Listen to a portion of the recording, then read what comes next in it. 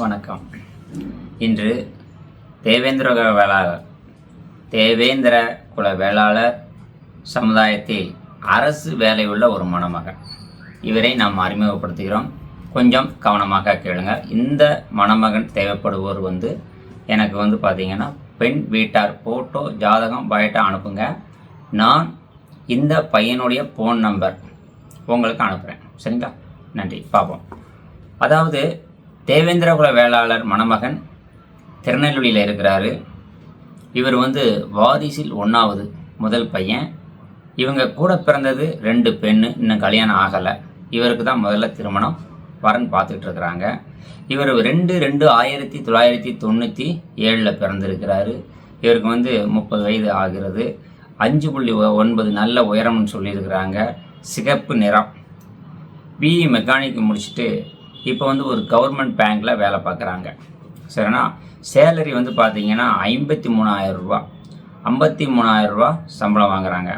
அப்பா பார்த்தீங்கன்னா டிஎன்இபி, அதாவது எலக்ட்ரிசிட்டி போர்டில் வேலை பார்த்து ரிட்டையர்டு. அம்மா பார்த்தீங்கன்னா ஹவுஸ் ஒய்ஃபு.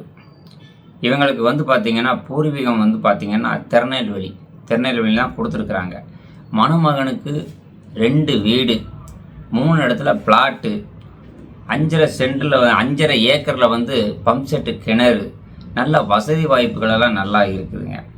இப்போ இவங்க என்ன எதிர்பார்க்குறாங்கன்னா, ஒரு டிகிரி படிச்சிருந்த பெண்ணாக இருந்தால் போதும், நகை முக்கியம் இல்லை அப்படின்னு சொல்லியிருக்கிறாங்க.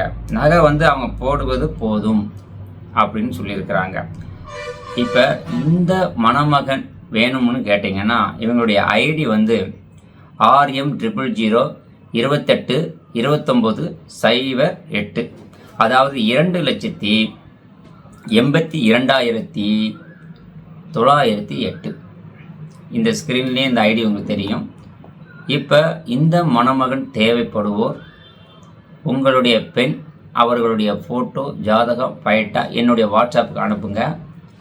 நான் உங்களுக்கு இந்த பையனுடைய விவரம் அனுப்புகிறேன். திரும்பவும் சொல்கிறேன், தேவேந்திர குல வேளாளர் சமுதாயத்தில் மட்டும்தான் இவங்க பார்க்குறாங்க. வாரிசில் 1வது. 2 சகோதரி இன்னும் திருமணம் ஆகவில்லை. பிஇ மெக்கானிக் முடிச்சுட்டு பேங்க்கில் வேலை, கவர்மெண்ட் பேங்கு, 53,000 ரூபா சம்பளம், நல்ல உயரம், சிகப்பு நிறம். அப்பா கவர்மெண்ட்டு வேலை பார்த்து ரிட்டையர்டு. அம்மா ஹவுஸ் ஒய்ஃபு, திருநெல்வேலியில் இருக்கிறாங்க. அனுச நட்சத்திரம், விருச்சக ராசி, சிம்ம லக்கணம். வேறு ஏதேனும் தகவல்கள் தேவைப்பட்டுச்சுன்னா வாட்ஸ்அப்பில் ஃபோட்டோ, ஜாதகம் அனுப்புங்க. இவருக்கு ஒரு நல்ல மனைவி அமைய இறைவனிடம் வேண்டி நம்மளுடைய முயற்சியும் அதில் இருக்கணும். என்னுடைய முயற்சியும் அதில் இருக்குது. இது நேரடியாக என்னிடம் பதிவு பெற்ற ஜாதகம் நான் உங்களுக்கு அனுப்பி வைக்கிறேன். நன்றி, வணக்கம்.